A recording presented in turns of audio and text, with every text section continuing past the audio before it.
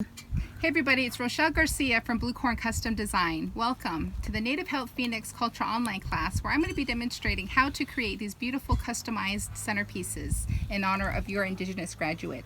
Now, not only will you be able to create the centerpiece, you'll also have an opportunity to create the medallions. These medallions can be transformed into pins and added to the graduate's stole, or perhaps you can make a button out of it and really celebrate along with the family. So this can definitely be the perfect DIY project to get the family involved and really create beautiful memories.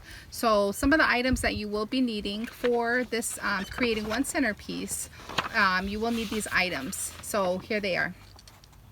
Okay, so now if you are interested in making more of the medallions, you're more than welcome to purchase more of the corn husks. All you would need is additional wood chips. All right, so let's go ahead and begin. Now I actually have a wood chip here. This wood chip is about 3 inches, and so I'm just going to begin to get the corn husk and lay it down. So you'll also be able to see a close-up image of how that's going to look. So I'm first going to gather my corn husk, and so you're just going to begin to trim the very bottom of it, all right? And then you're going to begin to cut between 2 and 3 inches of the corn husk, and you're going to do that with all 5 of the corn husks, just all the way across, okay?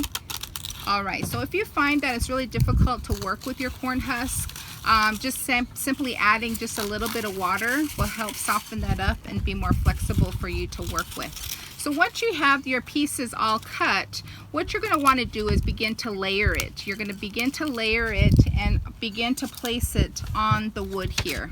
So I did a few, I actually did 2 pieces here. So I'm just going to put the glue here and then begin to lay this down. I'm also going to make sure that a little piece of this corn husk is going to be layered on top, all right? Because what we're trying to avoid are the gaps. Okay, so this is how it's going to look. So again, you want it to be like in the shape of a fan. So there's a closer image of how it should look, okay? So then you're going to begin to place it here on the wood chip. Very simple. You know, once you get this down, you'll be able to create so much more. So the more you add, the more you know, it'll become a lot fuller. You'll want to definitely begin to trim the edges and find a really good length that you want. Okay, so you'll just begin to trim it, and here's actually an example of how it will look when it's trimmed. Now on the wood side, you do have the option to add fabric and possibly a pin. Okay, so that's what it's going to look like. All right, so I actually have a sample all ready to go. All right, so this is my sample that I'm going to use. The photo I'm going to use is my family and I are very fortunate to have 2 graduates in our family. My niece LeVay is graduating high school, as well as my daughter Michaela.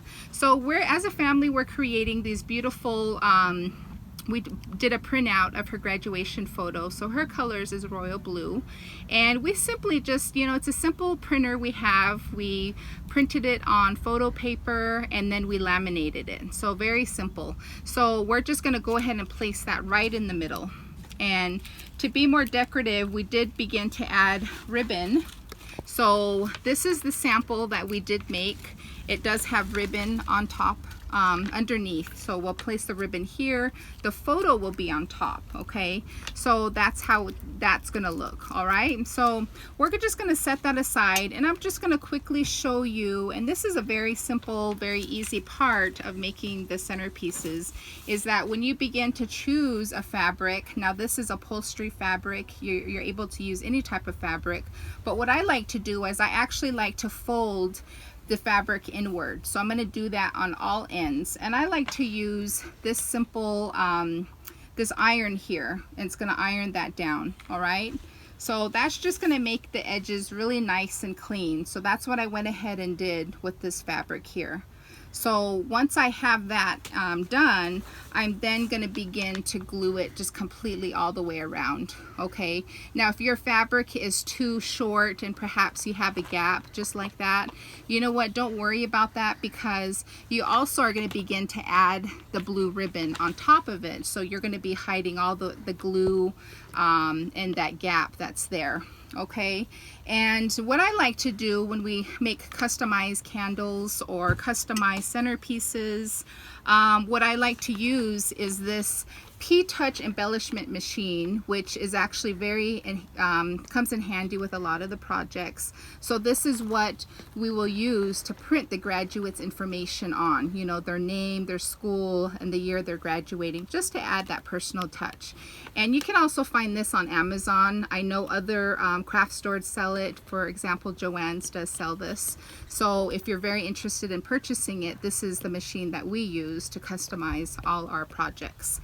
Okay, so once we do have the fabric on, just like so, with this particular centerpiece, I wanted to add beans at the bottom, but if you have extra fabric and you don't have beans, you could just simply cut this in a circular shape and just put glue on the bottom and place it at the bottom of this glass here.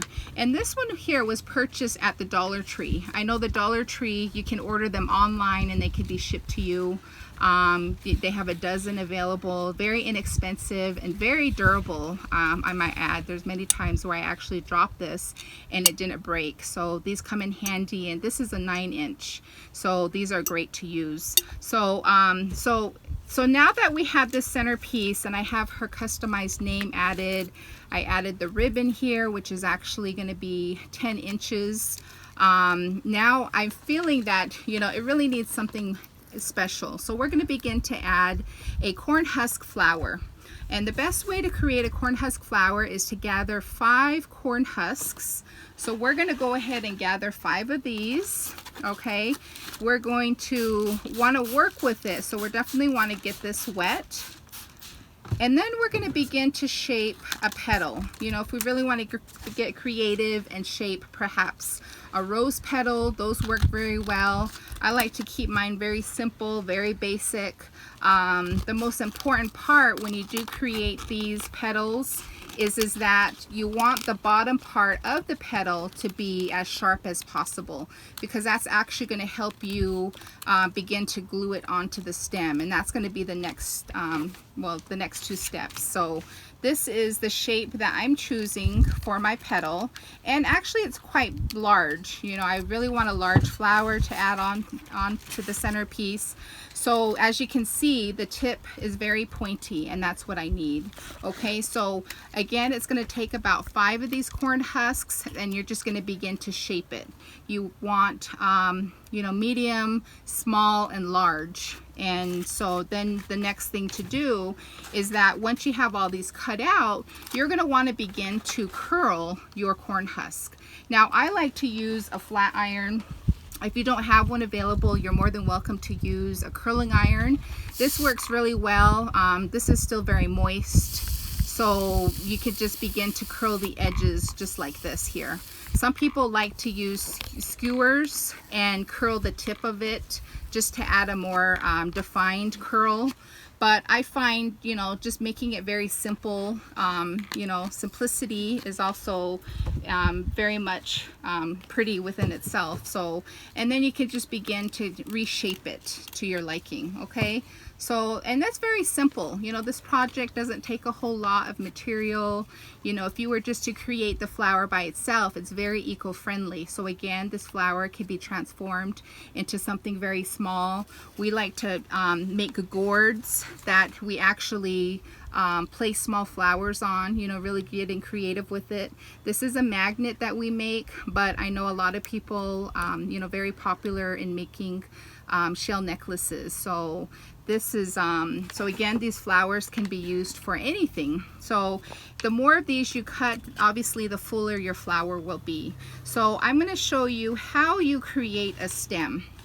Okay, so again, I'm just going to gather a piece here, and I'm going to get this just a little bit wet, okay? And then I'm just going to simply curl it. I'm going to roll it. And this is going to be my stem, okay? So once we have the stem, we're going to cut the tip of it just like so.